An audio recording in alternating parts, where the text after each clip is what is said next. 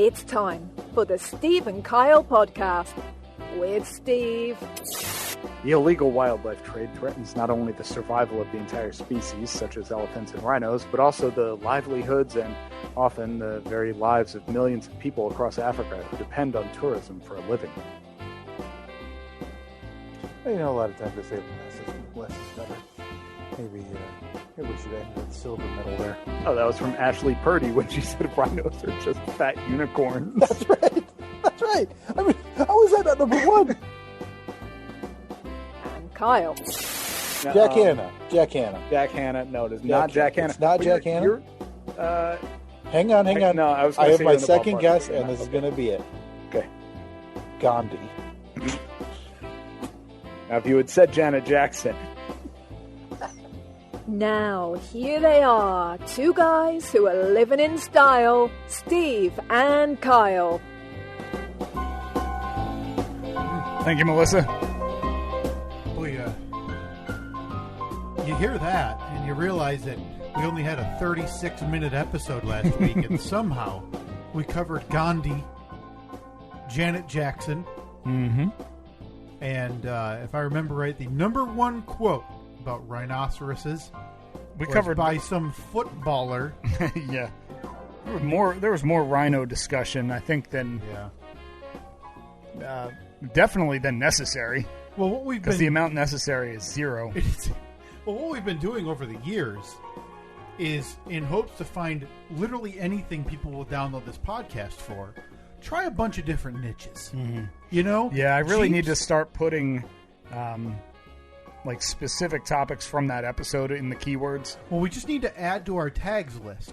Yeah. So pachyderm, rhinos, Jeep. Oh, definitely. Ice rink. Sports. Birds. Garage doors. So eventually, where we upload our episodes finally says you cannot have any more tags. Too many tags. No more. Too many. That was I thought about it a few times this week, Steve, and I am a little bit bummed that we were so time constricted last week. Mm-hmm.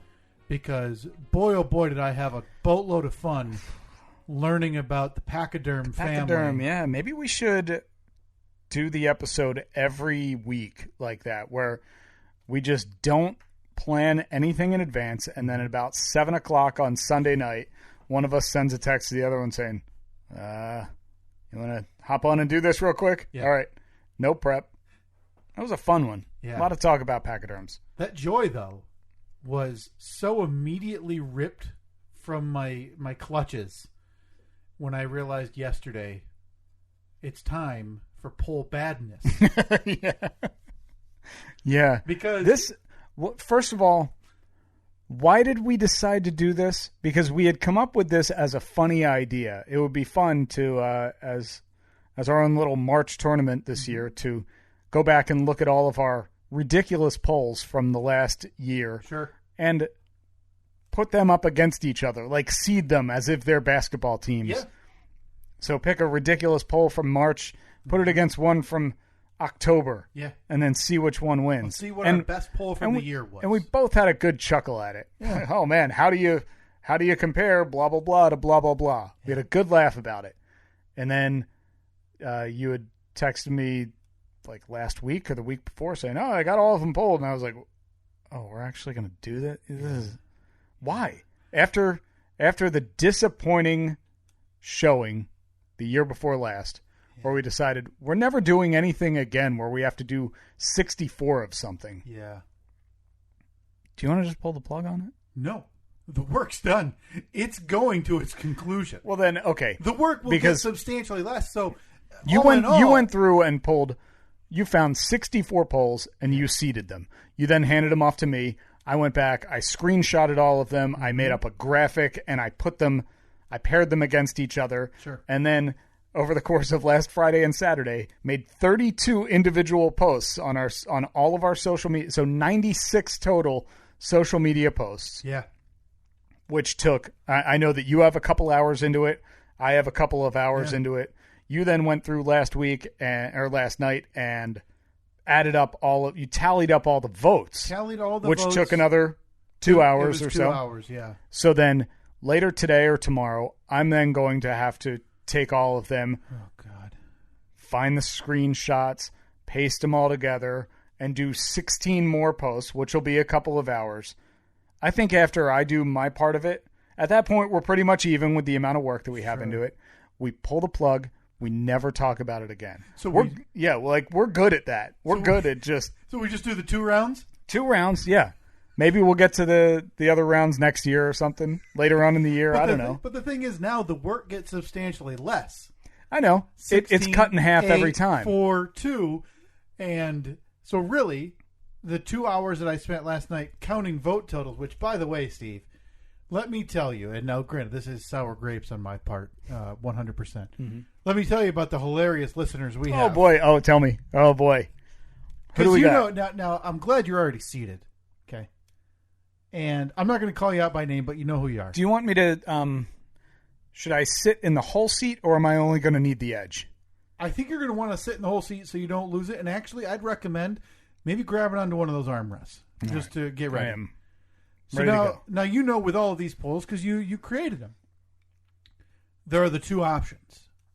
Yeah, difficult, probably difficult to follow, but you have one of the options, which is A. Yeah. And then the other option, you may be surprised to learn, is B. Back to back. A and B. And I thought about going 1 and 2. Yeah. But we already got the seeded numbers. But look, I mean, I don't want to confuse people too much. You know, in hindsight, we should have used the dreidel symbols to really lean into what we're trying to do here. Yeah. Well, again, I'm really glad you're seated, because what if I told you? What if I told you? That there was a pretty big yuck in Kyle's house last night when someone, and again, you know who you are. Name them by name. Call them out. We want them to be known for the hilarity. We want people to be able to search them out, follow them. Let me follow verify their budding comedy career, no doubt. Let me verify that I can find the exact name. Because what if I told you that on about, let's say 20, I'd say more than half of all the polls, they voted C.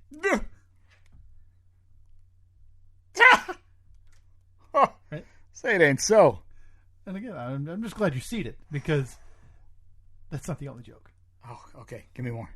What if I told you that, again, of the 2 options, A, and what was the other one? And I'm looking at the picture. It's B. Oh, B. Okay. Somebody voted A and B. Get right out of town. I mean, So this is for you, and he's a friend. He's a friend of the show. I believe we may have spoken to him. Who's this idiot? Jeff McDonald. Oh.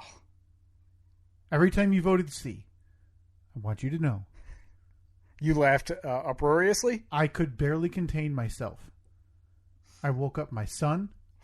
My dogs jumped off of the chair. Did you wake up your son, who's no doubt had been in bed for probably 2 hours at this point? But you woke him up not because of initially because of your uproarious laughter, but then you probably had to tell him the joke too, right? Well, yeah, and he got it. He got it. So he could barely get back to sleep from laughing so hard.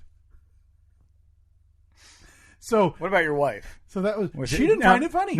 Okay, because I assumed that if she had found it funny, you would have claimed the joke as your own. No question. You definitely take ownership of anything, and then that you can pawn off as your own. Furious love would have been made. No question. On the basis of that joke. Yeah, she would have said, "I never knew you were such a comedic genius." Now I'm willing to overlook some of those, because I think some of them were honestly accidents, because there was a lot of posts going on.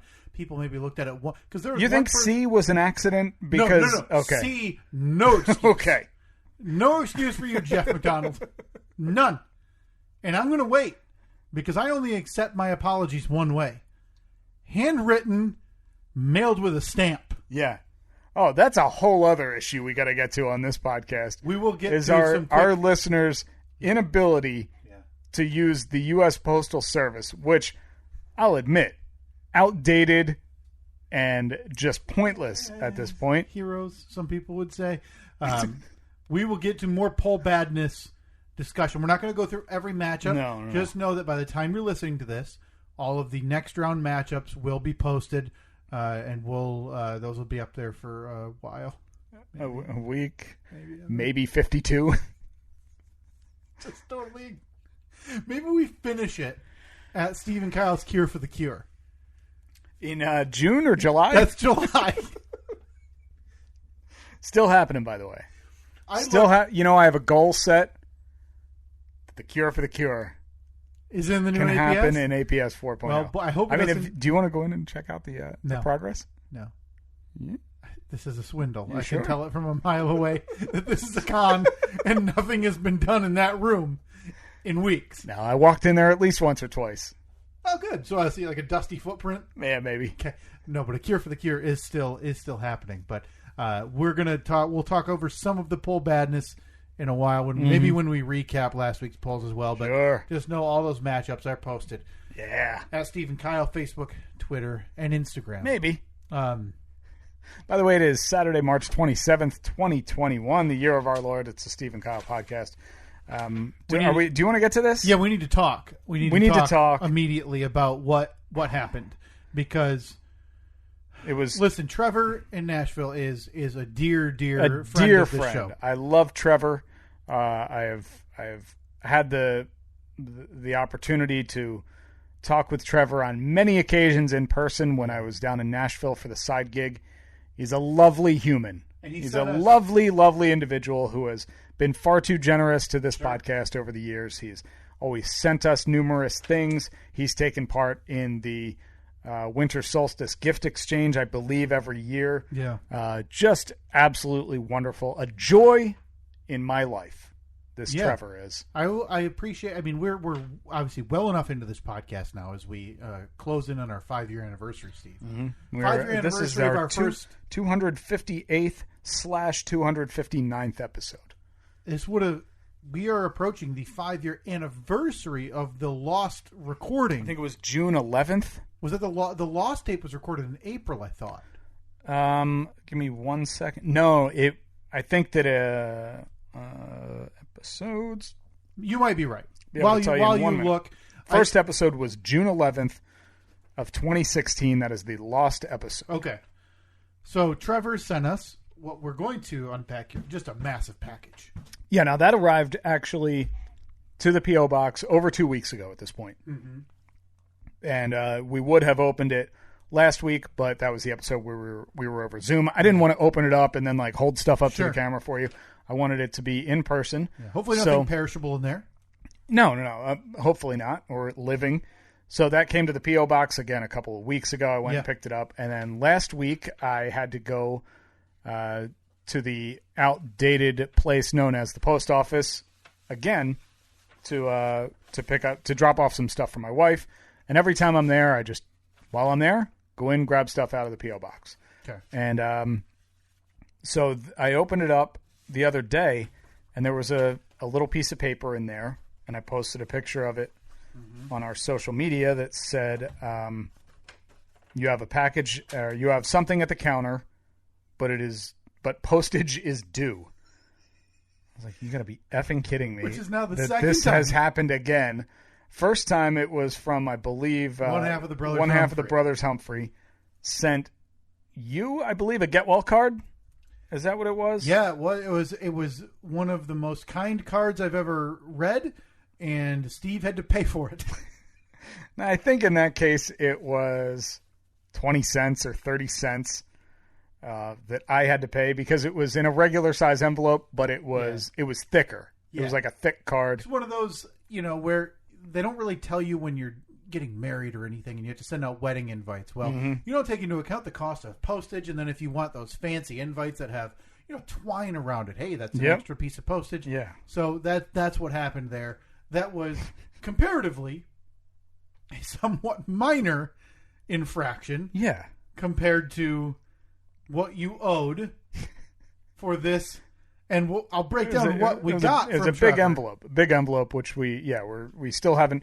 I opened up the initial envelope. Well, let's talk about the big envelope because it's a big envelope. It looks like the envelope that you would use for interoffice mail. Yeah, it's like the mail guy comes by and he drops it on your desk, and it's got the little twine on it that you undo, you take your documents out Mm-hmm. and then maybe sign it and throw it back in his cart, and then it goes back to wherever it goes to. But in a case of Russian doll syndrome, you opened this large manila envelope for another large envelope. Another envelope. And just when you think the Russian doll envelope game is over, there's a third envelope inside the envelope. Which is a standard size envelope, Yeah. which could have just had the address on it. Now, and it would have been the cost of one stamp, Yeah. which is 52 cents, 54 cents. I don't Yeah. even know. Something like that. Lot to unpack, and if I'm stepping on any toes here, Steve, you let me know.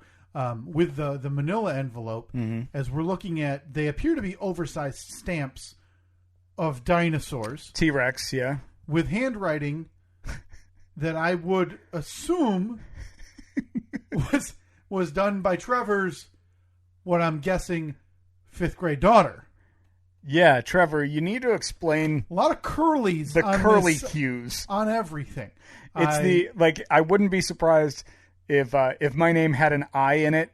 Yeah. I would not have been surprised if there was a heart to dot the I. Right, and then he slips in and out of large curly Q, capital letter Steve, to your last name, Steve, which is mix of capital lowercase, and then slides into cursive at the end of your last name. I don't think Oh, look at that. Yeah, so we got a capital M, lowercase c, capital K, I. And so far those have all been printed. Yeah.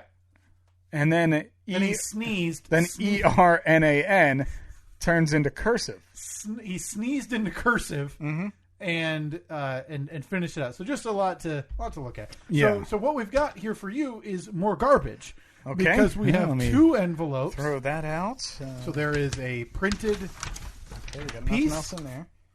A printed piece that let's open the letter first because that's titled okay. "What's in the Box." I gotcha. So, and obviously a fun takeaway from the movie Seven. Yeah. What's in capital the letters. box? What's in the box with all capitals? So Trevor gets it. Trevor gets it. So we'll open the letter, and there's just dollars, What? cash money. There's legitimate cash in there? Yeah, and unlike that slug who donates. Slug. So unfair. You talking about Billy Stacks? So unfair, Billy. gives I'm us- so sorry because it's not fair. It's ridiculous that I just tried to insult you. So there's dollars William. here. So I'm guessing. William. Okay. That was a look. You are just JFK in the parade, and Kyle. Well, of course, your hero, Lee Harvey Oswald. I'm just over here boxing books, guys. So I'll read the bottom half of the letter titled, "What the hell is the money?" I would like to donate $50 to the Cure for the Cure. Oh, look at that. Our first To donation. be used at your discretion. Well, Okay. here's the problem, Trevor. You sent us denominations of 20. So the work never stops, and now we get to break a 20, Steve. Well, first of all, I need to announce that I had to fork over $3.05, I think. That's right. We'll take her out of the. In We'll order- take her out of Trevor's coffer. The other 50, I would like to donate to the Steve and Kyle show to be used as they deem necessary. Wow. Well, I don't want to put you on the spot, but I'd be just comfortable donating all of that to Absolutely. the Cure for the Cure. Yes, because, it's all going to the hey, kids / people Dogs. / dying manatees. yeah, Yeah. school lunch. So yeah, we'll donate all that to the Cure for the Cure. $100. That is ridiculous. Wink, wink.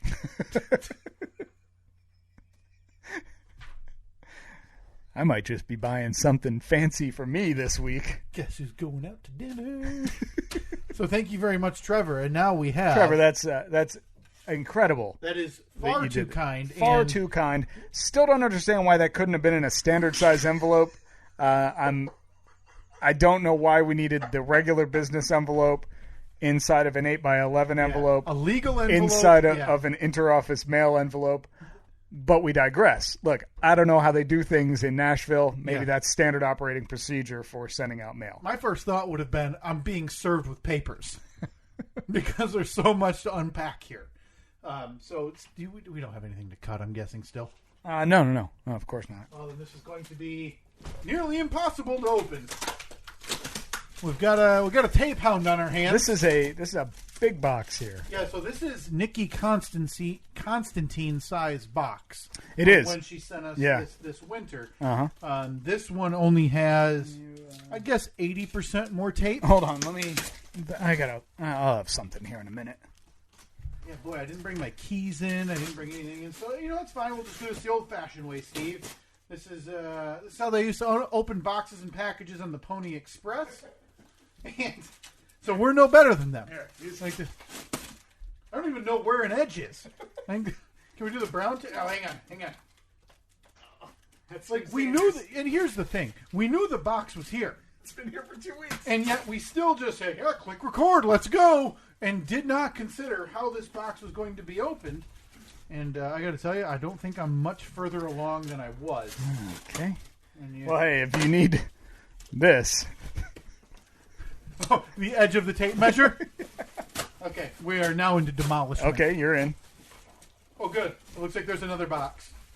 In typical Trevor fashion, it appears that there might be 2 boxes. All right. Boy. Okay. I think we're making progress, Steve. Don't mind me. If you want to start going through your thoughts, because I saw you posted the new design for the Jeep Wagoneer, or the wagon. Yeah, look, I mean, first of all, it should be known that it is not a Jeep-branded vehicle, actually. It's called a sub-brand. So Jeep is now producing a sub-brand called the Wagoneer. This is the Grand Wagoneer that they debuted last week. $100,000 almost for.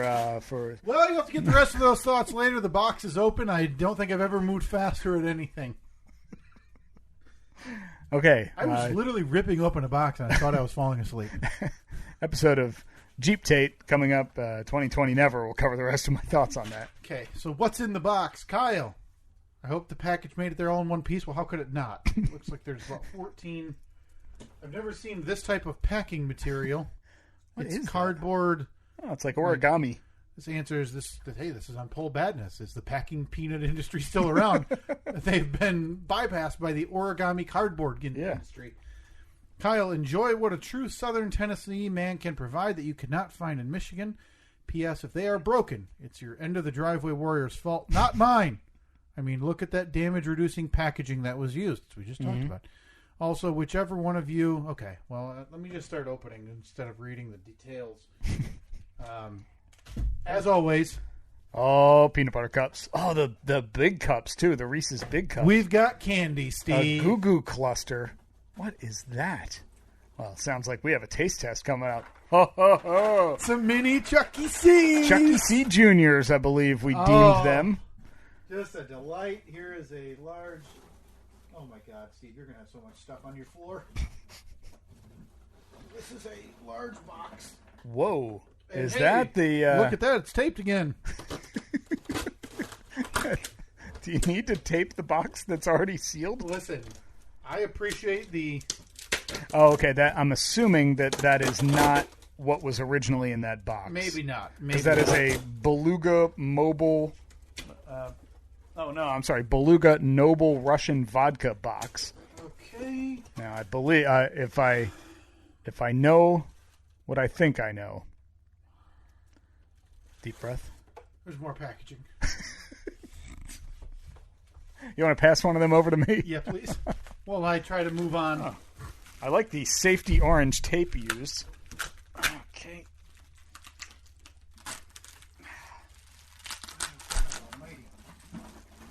So many of these cardboard leaflets here. It's like World War II. He's dropping propaganda on us. Oh boy, I think that I know what this is, and I think you're going to like it. Kyle? Oh! That's the old BT. All right. The old Buffalo Trace. I had mentioned like once or twice, people have been asking me on social media, and I said they mentioned it when I went to tour the Buffalo Trace distillery last year. that There was crack this open now, right? There was a legitimate bourbon shortage on the horizon, and I have not been able to find Buffalo Trace in town. Is it a COVID thing? Just a bourbon. They've called it. It's like the third or fourth bourbon boom in the industry. Really? So that means all the amateurs are jumping on board. Couple bottles of Buffalo Trace. That is far too kind. My goodness. Oh, I do love a good Buffalo Trace. Oh man, look at that! Your night is around. set. You got Buffalo Trace. You got a Chucky C. Jr. I've been trying to have one or two a night. No big deal. Now that you're an office man. Yeah, you just walk upstairs from the office and I'm done. There's a shirt in here that has been... Was that used as packing material? Or maybe. Is that Trevor's old shirt? Whichever one of you can have the T-shirt, I have no doubt will ever be worn in public, but it seemed too perfect not to buy. T hasn't hit this hard since 1773, and it is a Twisted T-shirt. So it's the Twisted T from the viral video of back around Christmas. The man who got his head hit by a can of what Twisted a hit! Tea. God, even a direct shot. Yeah, this even all these months later, still amazing. Okay, enjoy. Okay, goodness. We got more. Oh look, more packaging. Enjoy the DVD. I also got myself a copy too. Oh, that is a DVD copy of Rad. Yes, the movie that you have raved about for. Do you want me to read? Some are saying far too long. Did you now? You might want to tell the audience what I showed you when you got to the house today. Yeah. Were you impressed by my Rad shoes? No. They're bright red Etnies. Yeah, nice shoes. And they have the Rad logo on the tongue and then Rad down the soles. Not a fan, huh? I mean, 98% of America or the world is going to assume you're just saying Rad, man. They don't know. So do you not do you not like the shoes? Because they say Rad, because they're bright red. No, I like the bright red because I'm wearing bright red shoes myself today. Yeah, I mean, you do have a tendency to show up in some of the ugliest shoes I've ever seen. I mean, some would say if I had the word Rad written 6 to 8 times on the bottom of each of my feet, right? Would I wear them in public? Never. Sure, this coming from a guy who wears chrome shoes. Listen, those Dada Supremes from when I was... I don't know what a Dada is. That's a what shoe is that? company. Dada Supreme was the shoe company, and I've had them since I was like 19. I don't even know if they fit. So when you bought them, did you like them? Oh, I still like them. I just don't bust them out very often. I don't want to get them dirty. They're chrome.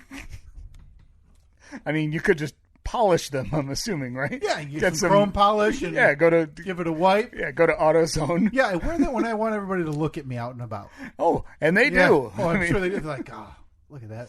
All right, going back to this DVD. Do you want to hear the synopsis of the movie Rad? Well, the cover kind of looks like they used a filter again that you would find on a cell phone. Yeah. Take a picture. Yeah, kind of looks like our old logo. Hours of effort, though, I'm sure. Crew Jones, played by Bill Allen. So the guy name's Crew? Crew, C-R-U, is the best BMX biker in Cochrane. He's got the talent to become the best BMX daredevil in the world. As the local paperboy.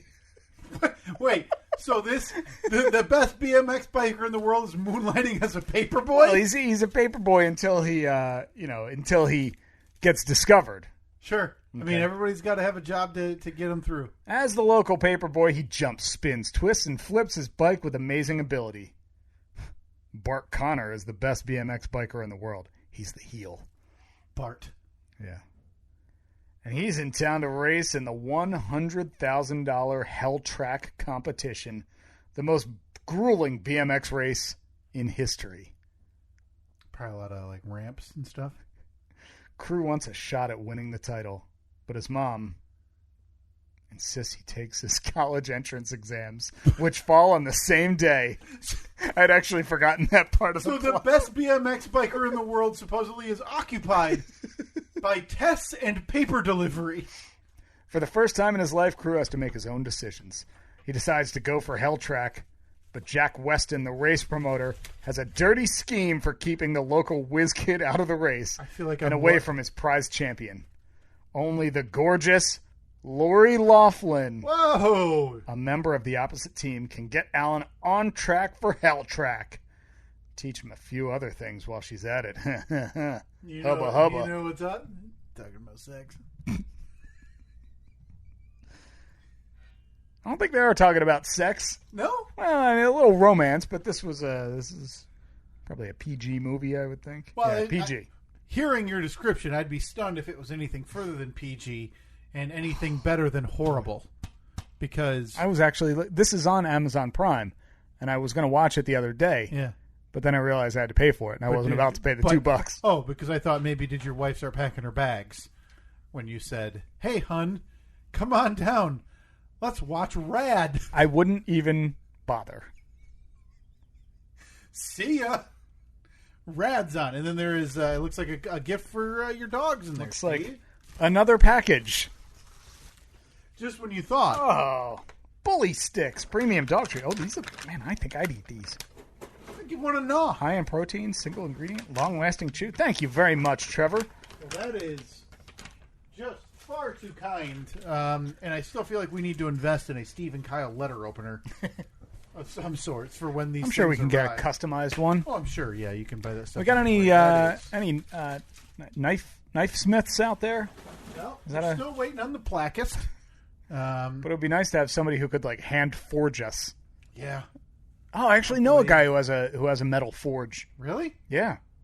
Wow. I don't know if he has the ability or the talent to do such things, but I'll check with him. Yeah, we just need our logo on the handle, and then maybe our name on the blade. Yeah, of course. Yeah, fancy it up a little bit. Well, thank you. That is Thank you, again Trevor. far too kind, Trevor. Had you not botched the shipping, maybe more for Cure for the Cure, but here we are. I mean, the kids will be disappointed that they're getting $3 less. That is a good reminder, though, Steve. We have it is less than 4 months away, 3.5 months away. So we still have to do Everything. Well, everything, yeah. Pick a charity. Pick a charity. That's the I'm main thinking maybe something with animals. Maybe like an SPCA or something. Love a good animal charity. Humane I Society. say I want to pick preferably some type of smaller one. Mm-hmm. Not a national. So we want to pick a local chapter, maybe. Yeah, or again, and preferably one that doesn't have to be struggling. I shouldn't say it that way, but one that could really hone in and utilize the funds that we're going to provide. Which again could be the $100. I mean, we're off to a good start at least. Or it could be, it could be into the thousands. I have no idea how this is going to go. But yeah, we need to get going on planning that and booking some people to join us. Booking some guests, some big talent.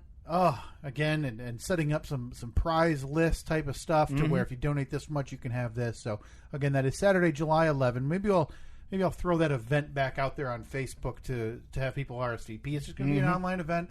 Join us in either. I don't think it'll be a Zoom. We need to figure out the platform. No, I think we'll probably just do a stream. The YouTube stream? Yeah, maybe YouTube or Facebook Live. Yeah, and then we'll have kind of a live donation thing that we'll set up live beforehand, and we'll leave it up after, just in case it's a Saturday. Not everybody works just Monday through Friday like me. So You're gonna crack one of those bottles open? Do you want to just hand it over? Give me a swig. I don't think I want to do that. You don't want to do that? That's probably a bad idea, right? No. So here's the thing. Here's the thing that people do wrong with bourbon. Oh, okay. This is. Hold on. Do we need some like regal music to be playing? Do you have some uppity flutes? Hold on. Uppity flute. Flute music. That's right. No, I can. This is the type of stuff, and not this because this is it's bourbon. This is the type of stuff you see in the movies that then the drunk dad will and throw the bottle at the garage door. Okay, so Steve, the thing people do wrong with bourbon is they take the drink and it's probably too big, and then they just swallow it down right away. Oh, okay. The key is to let the bourbon breathe a little bit. Try to get the notes through your nose. What's a note? Open. It's the scent, the flavor. Why don't they just call it a scent?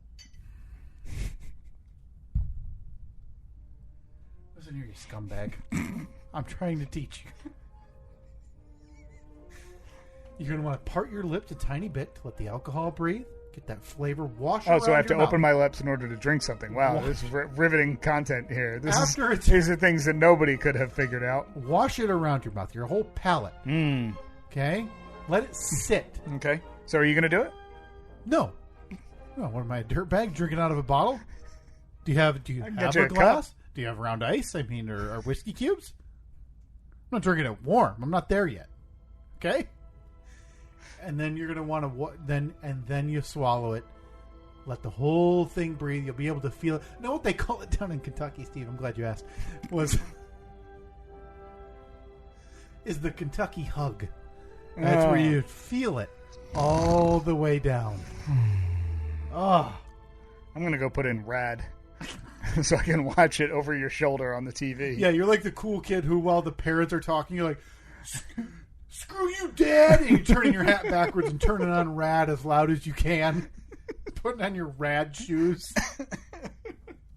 Have you looked? Are the rad shoes a commodity? I don't know. Are those something that people like? I can't get my hand on a pair of those rad shoes. Etnies rad shoes.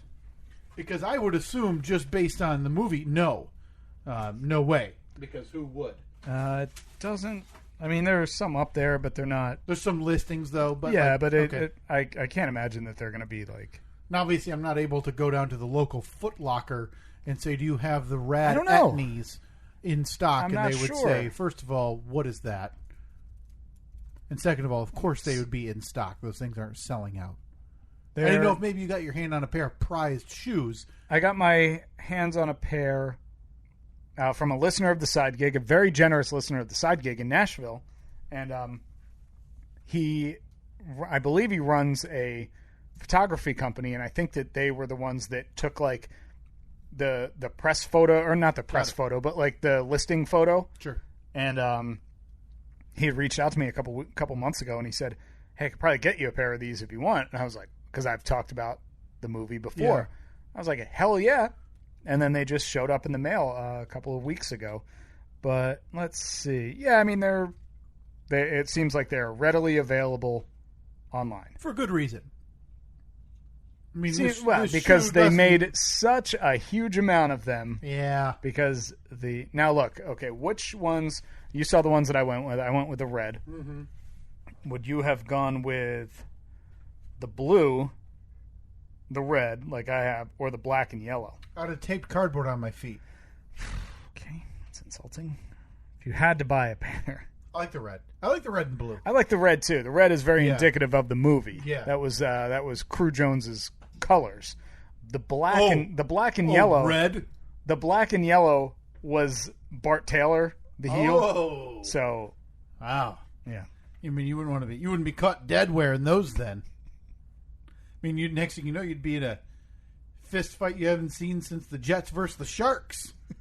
Two grown adults arguing over Bart versus Crew from the 1980s. 80s, yeah, mid 80s, mid to late 80s. Rad. Mid to late 80s. 86. Wow. So that right in the middle there, mid 80s. Wow. I can't wait to watch all. Annette and I were just talking earlier today about how we should do a date night, in-house date night. And that's the choice, huh? I'm going to say to her, honey, don't worry. I have the entertainment lined up for tonight. You need to make it. I'll pour her a glass of wine, maybe turn on the fireplace, dim the lights. And then next thing she knows, she'll be watching Lori Loughlin doing backflips on a BMX bike from 35 years ago. I mean, the romance kind of speaks for itself. Yeah. I mean, no doubt 9 months from now, another Evelyn sibling en route. We're going to name him Crew. Crew Bart Loughlin. Steve, we teased this last week, and we would be remiss if we did not mention it again. You texted me a while ago, asking me if I recalled, and again, how could I ever forget, the, at the time, deal of the century. Deal of the century. Where you received Whew. a box of Jeep parts. Not totally accurate, but all right, we'll let it From slide. a guy in the Midwest. He was a man in, I believe, Missouri. That was when I was rebuilding Murder Jeep. Yes. Murder Jeep 1. I needed driver side airbag, passenger side airbag, both front seat belts, airbag sensors, airbag module, and a bunch of other little wiring things that would have cost me, if I had gone right to a dealership and tried to buy them, it would have been about $1,500, $2,000. You got it for a couple hundred, right? Got it for $600. And one of the main things you needed was that seat belt, which he forgot. Sure, the seat belt. Yeah, it was the driver's side seat belt he forgot to send me. And that was literally the one thing that I needed in order to get the safety inspection, in order to get the thing registered. It took him an extra 6 weeks to put it in a box and send it to me. There were just excuses. Like one day his wife was dying, the next day his cat was missing. There were a lot of excuses. Yeah. So it turned quickly from the deal of the century to the hassle of the century. So I was stunned when you texted me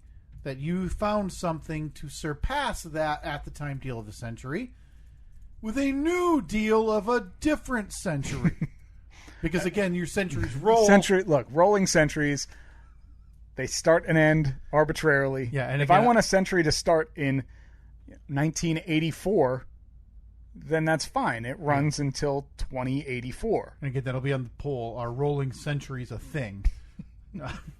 But I'm sorry. Continue. You can find that at Steve and Kyle on Twitter. So you found one to pass that, and I'm curious. Mm-hmm. What was, obviously, Jeep-related, car-related. Comanche-related. Okay, so directly Comanche. So not for your current Jeep, where you're going to be like, hey, we're switching it from this and we're putting a soft top on it. No. So I'll be sawing away. And I'm making the cuts. What is the new deal of the century for the Comanche? Well, Kyle, as you know, parts for the Comanche are hard to come by. Quick interjection, I probably don't know. So I appreciate you saying that, but I can say with almost 100% certainty, I probably don't. Well, Kyle, as you know, because I'm sure you've been following Second Chance Jeeps on Instagram and YouTube. It's still there. There are certain parts for the Comanche, since it was only made for 6 years or 7 years. Because it sucks. It wasn't the best. I'll give that to you. Again, this wasn't the best vehicle. We talked about it last week, and I am now firmly in camp of saying you're going to get this thing fully rebuilt, you're going to drive it once, and you're going to hate it. Be like, I kind of see why they canceled it. It's uncomfortable, and you can't fit a lot in here, and I should have just bought a normal-sized truck. But okay, I mean, sure, I spent years and thousands of dollars, but okay. Mm-hmm. Oh, yeah, so like you were saying, they didn't make it long, hard to come by. Didn't make it very long, hard to come by. Certain parts are impossible to get because nobody remakes them because they just didn't make them long enough to justify an aftermarket. Yeah, there's not an aftermarket for this because, same thing for, I'm guessing the Plymouth Prowler, which was made for like 2 or 3 but they made a lot of them though. Like they made like millions. I thought they made like millions of them. I thought it was like 50-some thousand. No, I'll look. Doesn't but matter. We digress. So the one thing that I needed. The back of the truck, the truck bed, over the fenders is all rusty. Mm-hmm. And that is pretty common for Comanches. So I had been looking into finding ways to fix it, but it's a little difficult because the parts that I need aren't made anywhere. So I thought, I'll just keep an eye out for a whole Comanche bed for sale. Oh, my God. So like half of the Comanche. Well, I thought I'm going to keep an eye out for a rust-free Comanche bed, but that doesn't really exist. They're impossible to find. These are from 80s to very early 90s. 86 to 92. Assuming somebody kept a truck bed in their house to keep it from rusting is probably not realistic. So I was shocked when a couple of weeks ago I was on Marketplace. I typed in Comanche bed, and one popped up for $600. Okay. And I thought that's a good deal. That's a good. Okay. That's a very good deal. Looking to you for direction on pricing, considering there's somebody who wants to buy my current one that is rusty. He wants to buy just pieces of it for $400. Okay. So you were nice enough. You directed this man who was looking for your parts to this good deal, right? Why would I do that when I need it? So I messaged this person, and he said, yep, I have it. It's been sitting in my shop inside for 15 years. Okay. And he put it up for sale a couple months ago. He said he's had a ton of people message him about it, but nobody is everyone's just kind of window shopping. So to clarify, you want to fully replace the current bed with a different bed that's not beat up. That may sound difficult, but the bed is held on by, I think it was 10 bolts or so. Okay, well, hard to see why this truck didn't make it. Unplug the tail. That's any truck. Just zip, zip, zip, zip, boom. Yeah. Back end fall. That's unbelievable. Most trucks, wow. It is that easy to take the bed off of. He said, a ton of people have messaged him about it, but everyone's just window shopping. Now, this was on a Sunday, I think, when I found it. Mm-hmm.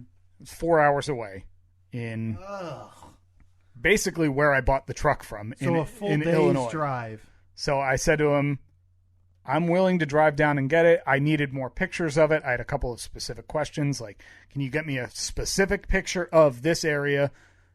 He sent them all back. And I was like, all right, if you still have this next weekend, I will take it. I'm going to drive down and pick it up. I'll be there Saturday morning. Mm-hmm. And he said, okay. So on Friday, I messaged him. He still had it. I said, all right, I'm leaving my house at 5 a.m. tomorrow with a trailer, and I'm driving to pick this thing up. So I did that. I left at about 5:15 last Saturday morning, drove 4 hours to Illinois, picked up, I pulled into his shop, and it's basically like a little mini warehouse. Kind of runs it out of it like his own little auto body shop? It's not even that. I think he just uses this building as storage. Okay. He opens the door, and in this building, which was probably 40 feet by 50 feet, he probably had 200 to 300 truck beds in there, all standing up. And I said to him, I was like, what do you do?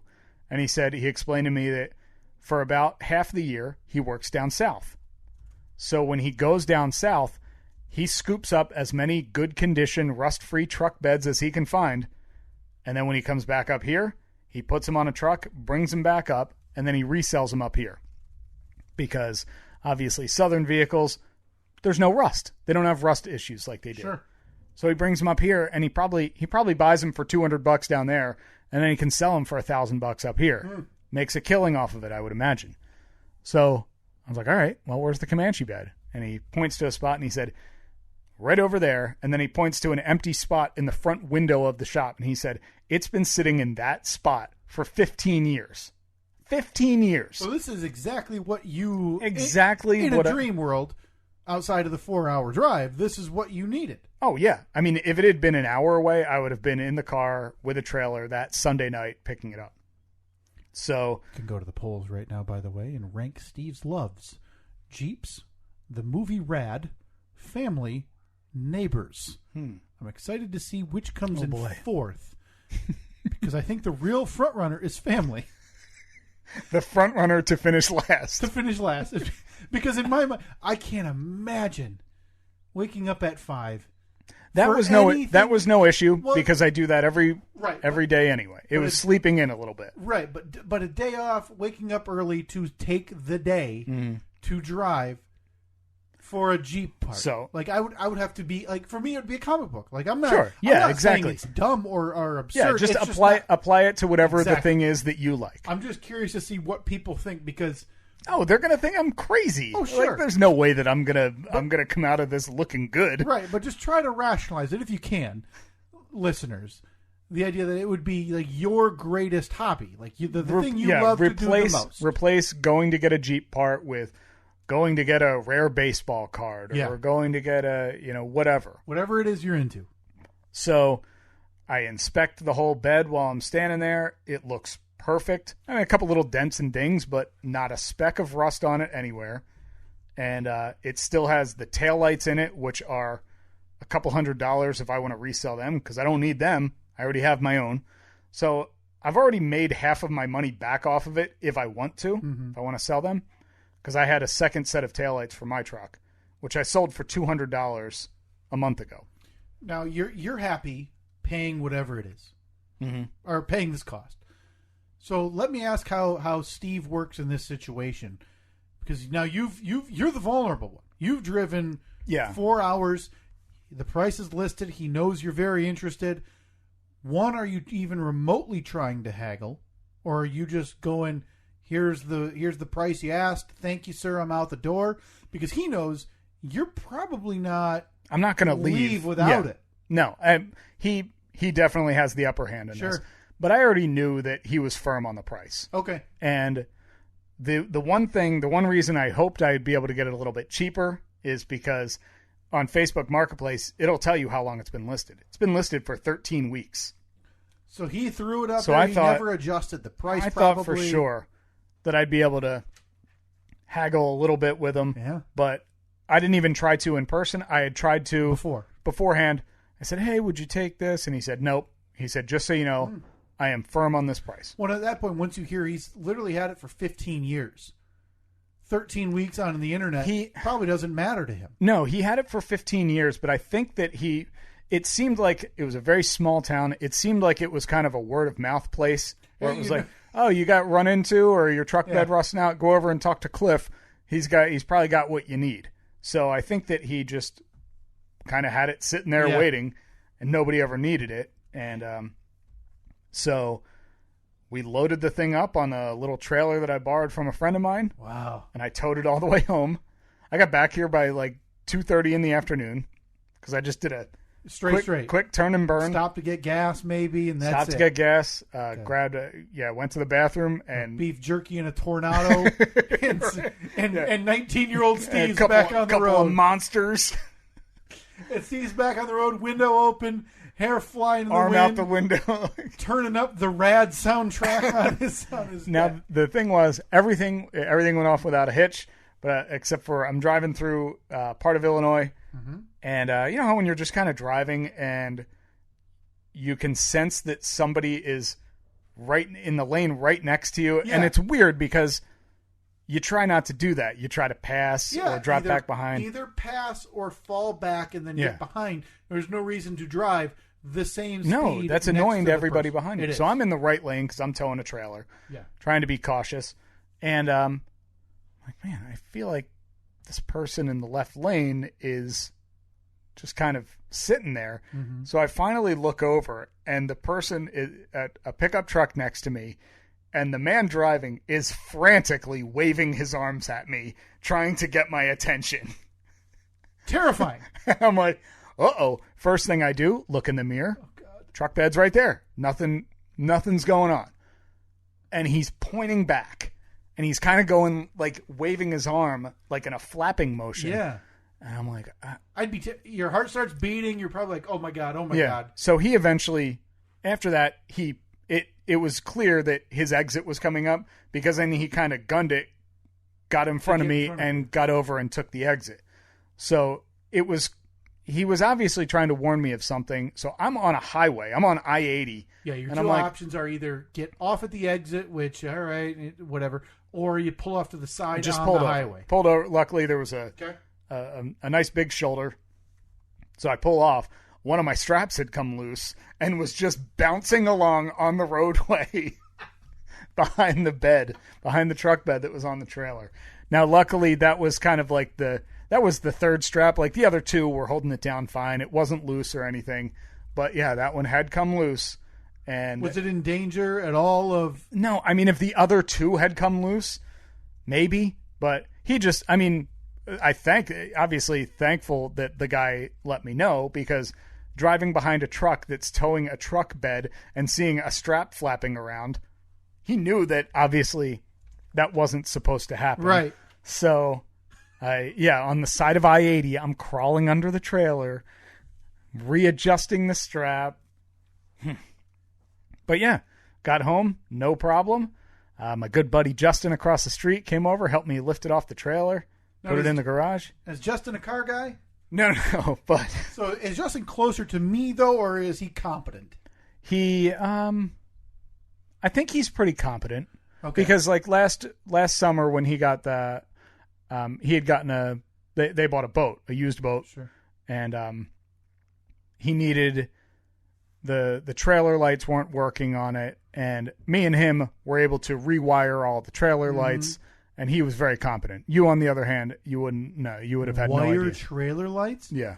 Don't they just plug in somewhere? Yeah, you got to run the wires to the lights. Just buy a new one. How stupid. Well, that's what happens when you buy new trailer lights. You have to wire them up. You call over the guy who wires the wirer. Don't you bring it to the wirer shop? Where's there a local wirer shop? Well, I figure they're behind, hush hush. Kind of like you got to knock 3 times to get to the wirer. I'll put that on the poll. That'll this be week. on the poll. Do you have to knock 3 times to get to the wirer? That is WIRER. Yep. Yeah, the wirer. Yeah, it's the secret. It's like a speakeasy. So it was funny though because he said when I first got home, I just pulled in the driveway. So my Jeep is in the driveway, towing a trailer that has a truck bed on it. So it looks like I'm towing a truck bed trailer. Right. Yeah, you look like a dirtbag. Yeah. You're now adding... I'm wreck. You're wreck. You've now overloaded your vehicle with crap. Yeah. So I parked it in the driveway, came inside, saw the family. And then later that night I had sent him a text and I just said, hey, if you got 5 minutes, can you help me lift this truck bed off of the trailer? So he came over and he was laughing and he's like, yeah, we were driving back to the house earlier and we looked over at your driveway and we said, oh, guess Steve got a new trailer. Oh my God. So everybody's thinking what I usually say to you, which is, oh great, you're the garbage person. I am. Yeah. So right now, where is the new bed in the garage as well? Yeah, completely out of view. Completely hidden. I didn't see it when I pulled in. Nope, you won't. I am very conscious of that. Very self-conscious of that. I do not want to be the house that has garbage out front. I also have a truck bed in the backyard now, though, so that's... No, this is it. This is how it all begins. And I shouldn't say begins. You've been here for a while, and it's happened a few times. So, this is how it all continues. Disagree? Because now even your buddy's going like, oh, hey, kind of the crappy house, huh? It sucked because I know that conversations have been taking place. Yeah, you're not the first one he's mentioned that to. I think, and I specifically said to him, I was like, "Look, man, trust me. I know I'm trying to get this. I'm not doing this. I'm not leaving it in the driveway. Yeah. I don't want to be the garbage house. I don't want to get kicked out of the cul-de-sac. Spread the word to Zach. I'm not the garbage person." Well, then we both acknowledged that before I got kicked out of the cul-de-sac for being the garbage house, there would be another eviction. Sure. I wouldn't be the first eviction. Yeah, you can't be front of the line. No, but boy. Yeah, I mean, and granted, truck bed in your backyard, who sees that? The witness protection Frisboers anyway, who you don't care about. Yeah, so pretty much. You're out nothing in that regard. If you're going to offend anybody, let it be those lunatics who volleyball with no net and frisbee for fun and don't talk to anybody. Yeah. Weirdos, man. God, you live in a weird society over here. Mm-hmm. Love to write a book on it. The dynamics of the Zach.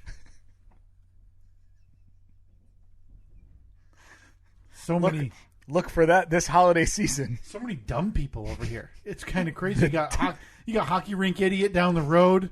The dynamics of the Zach. Yeah, would you read a book titled "The Dynamics of the Zach"? That's on the poll. Written by Kyle. Yeah, of course. It has to be clear that it was written by you, because if it's written by me, it's obviously going to be a fluff piece. Oh yeah, where it's, hey, everything's good here. Right, but you need to really dig into the underbelly of the Zach. Yeah, get down to the history of the mystery. The history of the mystery. Steve, we're kind of up against the clock here. Did you want to let's quickly recap last week's polls, if you would be so kind as to properly introduce me for that. Time to see how wrong everyone else is. It's poll recap time. Find the polls at Steve and Kyle on Twitter. Thank you, Melissa. Thank you very much, Melissa. And again, check out your messages. I gave out winners from our movie giveaway. Oh yeah, what was that movie? 2 weeks ago. It was a while. It was January. It was mid-January. Look, hey, nothing is better than finding out months later that you won something because you've forgotten that you entered, and now it's a free gift. But I'm going to be better with it. We have the giveaway we did last week, Happily, with Joel McHale. I'll do those giveaways here this week as well, so stay tuned for those. A lot to be on our social media for. We got Poll Badness this week. Got the giveaway. Be sure to check your messages at Steve and Kyle, Twitter, Facebook, Instagram. Steve, last week, the Zoom episode, did you know the elephant was part of the pachyderm family? I can say yes, I did on that. Got a lot of animal snobs here. 66% of the audience said yes, they did know that. I had no idea. Never heard the term I'm sure I had heard the term pachyderm, but it had not remained in my brain. You had probably learned it like in elementary school, middle school. Did the rhinos get the short end of the stick?